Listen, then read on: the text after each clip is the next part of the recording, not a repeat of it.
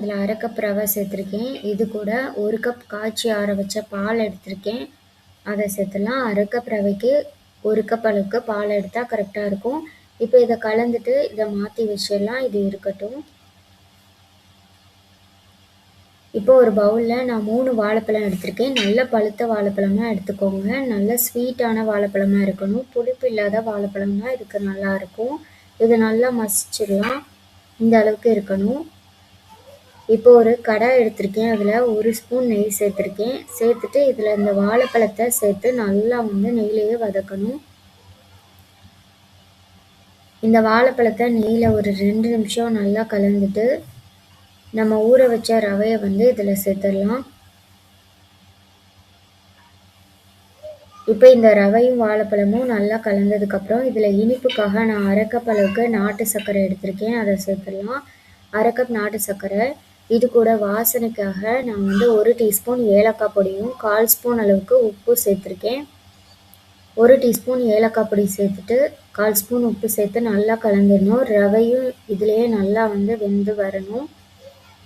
நம்ம கடாயில் ஒட்டாமல் நல்லா திரண்டு வரணும். அது வரைக்கும் இதை நல்லா வேக விட்டுட்டு இந்த அளவுக்கு கடாயில் ஒட்டாமல் வந்ததுக்கப்புறம் ஸ்டவ் ஆஃப் பண்ணிவிட்டு இதை ஒரு 5 நிமிஷம் ஃபேனுக்கு கீழே ஆற விட்டுட்டு சின்ன சின்ன உருண்டைகளாக கையில் கொஞ்சமாக நெய் தொட்டு இந்த மாதிரி உருட்டி எடுத்திருக்கேன். இப்போ அதே கடாயில் 1 ஸ்பூன் நெய் சேர்த்துட்டு இந்த உருண்டைகளை நெய்யிலேயே நல்லா ரோஸ்ட் பண்ணி எடுத்தோம்னா சுவையான வாழைப்பழ ரவா ஸ்நாக்ஸ் ரெடி ஆயிரும். லோ ஃப்ளேமில் வச்சு தான் இதை நல்லா ரோஸ்ட் பண்ணணும். அப்போ தான் டேஸ்ட் ரொம்ப நல்லா இருக்கும்.